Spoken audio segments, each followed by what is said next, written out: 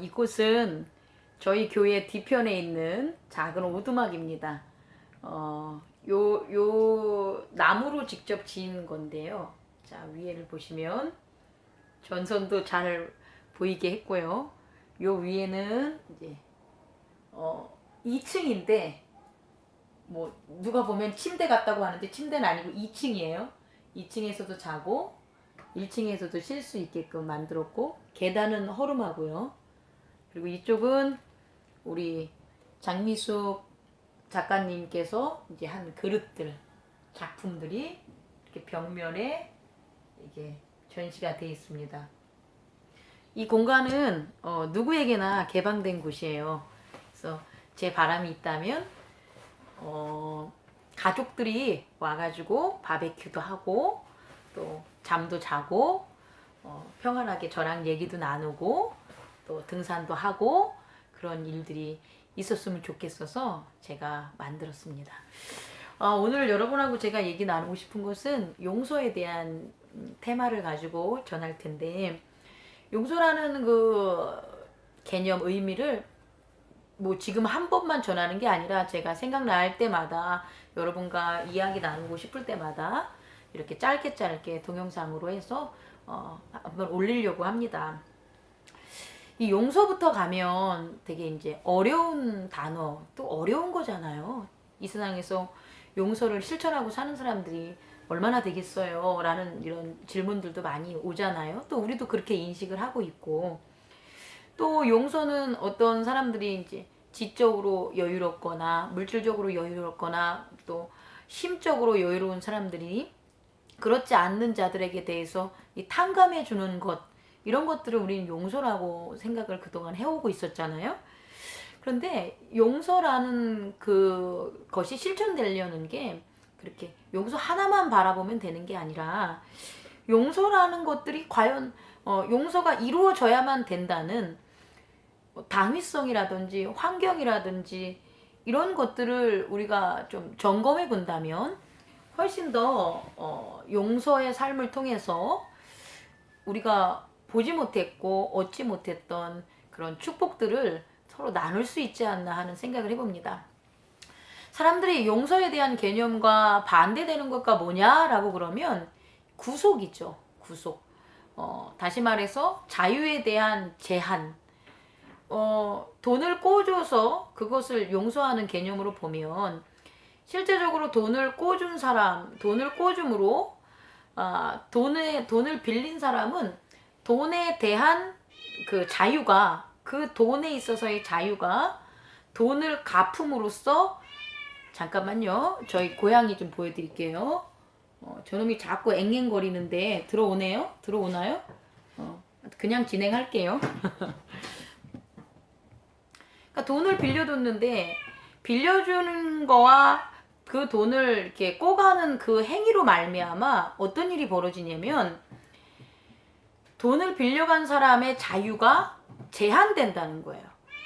그냥 단순히 돈만 빌려주는 게 아니고 돈을 빌린 사람은 돈을 빌린 만큼의 그것으로부터 파생되는 것에 대한 자유가 어떻게 되냐? 제한된다는 거죠. 단순히 용서라는 개념을 뭐 물질적인 것이든지 아니면 행위적인 것으로 봐서 그것을 어떻게 용납해주고 잊어주고 그런, 자, 다시 보여드릴게요. 우리 고양이입니다. 그런 것들이 아니라 거기에는 우리가 이해해야 될 그런 어떤 얘기들이 있다라는 거예요. 그것들을 오늘 저와 함께 이 흔들이와 함께 얘기 나누겠습니다. 우선 자유로 볼게요. 흔들아 잠깐만. 자유로 본다면 우리 사회는 우리가 가지고 있는 자유를 얻기 위해서 그게 그 자유가 그렇게 쉽게 얻어진 게 아니라 그 자유를 향한 끊임없는 도전 과정이 있었다는 거죠. 실제적으로 자유가 보장되는 국가, 자유민주공화국이라고 하죠. 이 민주공화국은 그렇게 역사가 길지가 않아요. 민주공화국이 성립된 거 대한민국만 본다면 이제 거의 겨우 100년 역사도 되지 않죠. 왜냐하면 45년 해방과 더불어서 지금 거의 70년 정도 진행되는 그 상황에서 자유를 얻은 거지.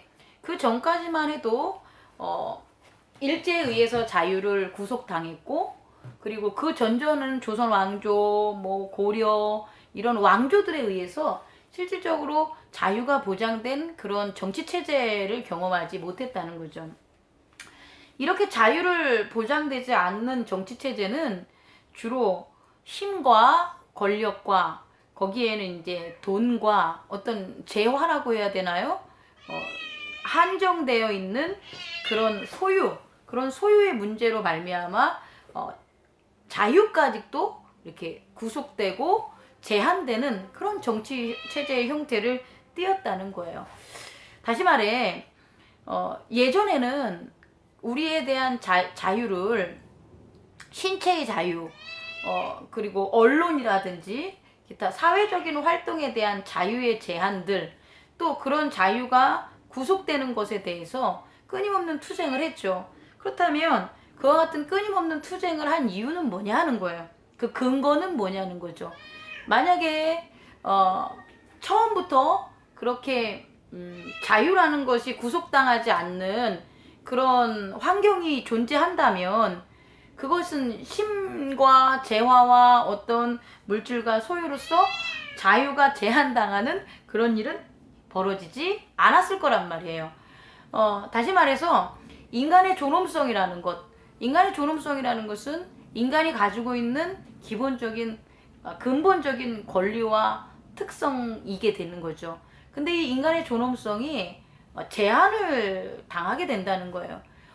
모든 인간은 존엄하게끔 된 특성을 가지고 왔는데 그 인간의 존엄성이 제한을 당하는데 그 제한이 물질적인 것들 혹은 권력적인 것들, 권력은 사실은 물질에서 오니까 소유에서 오니까 그런 제한으로 말미암아 인간의 존엄성이 이제 흔들리게 된 거죠. 사실상은 제한된 게 된 거죠. 그리고 그런 것들이 정치적인 어떤 메커니즘, 정치적인 형태 이런 것들에 의해서 계속해서 조삼모사식으로 그 구속당하는 것에 대해서 차별이나 혹은 차이가 있었을 뿐이지 계속해서 인간의 존엄성을 제한하는 행위들이 발생했다는 거죠. 그래서 근대 사회에서는 여기 자꾸 떠듭니다. 근대 사회에서는 신체적인 자유에 대한 것을 신체적인 권리에 대한 것을 되게 찾았어요. 그래서 결국은 획득을 했죠. 신체에 대한. 그런데 그런 것들이 현대사회에 와서 신체적인 존엄성을 부정하진 않잖아요. 왜냐면 민주공화국에서는 신체와 이런 정신에 대한 그런 존엄성을 헌법에서 보장하기 때문에. 그런데 제가 오늘 여러분에게 얘기하고 싶은 것은 우리의 인간의 존엄성이 신체와 정신만 있냐는 거예요. 그렇지 않다는 거죠. 우리의 존엄성은 전인격성, 그러니까 인간 전체적인 특성에 보장되어야 되는 거기 때문에 단순히 인간적인 특성인 한 측면인 신체나 정신에만 자유가 보장된다면 그것으로 말미암아 자유가 보장되지 않는 일들을 우리가 경험하게 되는데 그게 바로 심리적 측면이라는 거예요. 우리의 인간은 정신과 육체도 있지만 심리적인 마음이라는 게 있지 않겠어요. 근데 그 마음도 인간의 존엄성으로 당연히 존엄받은 존재인데 그 마음의 존엄성은 도대체 어디서 우리가 보장받아야 되냐는 거예요. 마음의 존엄성이 보장받지 않기 때문에 일어날 수 있는 일들은 되게 많아요. 마음이 억압받고 뭐 예를 들어서 돈도 있고 신체도 건강한데 우울하신 분들을 본다면 그 마음이라는 게 자유롭지 못하고 마음이라는 게 존엄적인 가치를 향유하지 못한다는 거죠. 그러니까 자유가 구속된다는 거죠. 마음의 자유가 구속된다는 거죠. 그래서 현대에는 이런 마음의 구속으로 말미암아 억압으로 말미암아 겉으로 보이는 신체적인 거와 정신적인 것엔 자유가 보장된다고 해도 마음의 자유가 보장되지 않음으로 말미암아 큰 문제를 겪고 있는 분들이 많다는 거예요. 그래서 오늘은 그 마음의 자유, 마음의 존엄성, 그 마음의 자유와 존엄성이 보장되려면 어떻게 해야 되냐, 이 문제에 있어서 저는 용서를 여러분들과 얘기 나누고 싶은 거예요. 신체와 정신이라는 이 세상에 살아가는 우리의 외적 모습들은 외적인 환경이라는 정치 제도나 그들이 살고 있는 환경에 영향을 받죠. 하지만 내적인 것, 내적인 세계의 마음은 외적인 세계에 영향을 받을 수가 없어요. 그것은 외적 세계와 독립적인 세계에서 살고 있기 때문이에요. 흔히 얘기해서 너희가 나의 몸을 구속할 수 있고 나의 정신을 묶어놓을 수 있어도 내 마음은 할 수 없어. 내 마음은 내 마음이야 라는 건 제가 누군지 잘 생각이 안 나지만 철학가도 이런 주장을 했었다는 거죠. 다시 말해 마음이라는 세계에 그 독립적이고 마음이라는 세계라는 그곳이 있다라는 거예요. 그리고 그곳에서 분명히 존중성과 그거에 대한 존엄성을 보장받는 것이 마땅함에도 불구하고 이 마음이 이제 어떻게 되냐, 사상과 종교와 기타 등등의 마음을 찾는 세계에 대해서 외적 세계가 문을 닫아버리니까 신체적인 세계와 정신적인 세계, 언론이나 이런 사상적인 세계는 인정하면서 마음의 세계는 무시하는 경우가 생겼다는 거예요. 그래서 우리가 진정하게 인간의 존엄성을 회복한다면 가장 중요한 건 온전한 존엄성의 회복 아니겠습니까? 신체에 대한 것, 정신적인 것도 존엄성이 회복됐지만 이 모든 것들을 사실상 영향력 있고 그 영향력으로 자유하게 해줄 수 있는 세계를 본다면 마음의 세계가 된다는 거죠. 그래서 이 마음의 세계에 있어서의 존엄성은 용서에서 오는데, 그 마음의 세계에서 존엄성이 용서라는 걸 가능하게 되는 그런 원리는 뭐냐면, 마음이 따르는 법이 독립됐다는 것을 선포하는 거예요. 어디에게? 육체나 정신이 따르는 세계에게. 나의 마음은 내 마음에 따르는 법이 있고, 내가 마음이 거하는 세계가 있고, 그렇기 때문에 내 마음은 너희들 같은 신체적인 세상과 육체적인 세상에 나는 제한될 수 없어. 나는 니네들의 세상의 법에 내 마음을 가둘 수 없어 라는 것에 정당한 권리적인 행사, 그것이 바로 용서라는 거죠. 그러니까 나는 너희들의 육체와 신체가 있는 그곳에 내 마음을 가둬두지 않을 거야 라고 해서 그 신체의 세계와 정신의 세계를 내려놓는 것, 사상의 세계를 버려버리는 것, 그것이 바로 용서라는 거예요. 그래서 하나님을 섬기는 자들은 하나님의 법을 따르는 마음이 따라야 되겠다라고 하고, 그걸 따르는 각오와 결심으로 살아가는 그 하나하나의 행위와 결단들이 바로 용서가 된다는 거죠. 어디에 용서? 세상에 대한 용서예요. 그러니까 더 이상 나는 세상과 싸우고 투쟁하고 너가 나한테 꼬간 자유, 네가 나를 이만큼의 대가로 제한했던 그 자유에 대해서 나는 너랑 같아불다 이익관계를 따지지 않을 거야. 그냥 너는 너의 세계로 가. 하지만 나는 나의 세계인 내 마음의 세계, 하나님의 세계, 그 법에서 따를 거야 라고 해서 세상의 법을 어떻게 하는 것, 세상의 세계를 버리는 것, 용서해 주는 것, 놔두는 것, 그것이 바로 마음의 진정한 존엄성, 마음의 가치를 인정받는 용서의 삶이라는 거예요. 그래서 하나님을 믿는 사람들이 용서를 안 하는 사람들도 많겠지만, 실제적으로 그 용서는 세상에서 얘기하는 용서와는 차이점이 있다는 거죠.